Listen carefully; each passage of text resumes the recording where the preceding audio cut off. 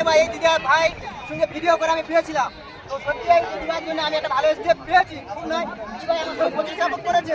আর এই দিদিভাই ভিডিও করে ওনার, তোমরা দেখেছো দিদিভাই মিলে বলা আছে।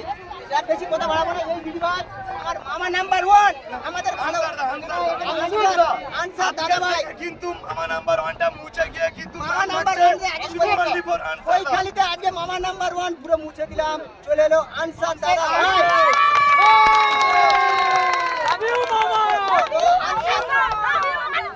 আনসার দাদা ভাইয়ের হাতে তুলে দিচ্ছে আমার দিদি। আবার সবাই একবার করে একবার বলবেন আনসার দাদা ভাই আপনার কেমন লাগছে? কৈকালিতে এসে বলুন।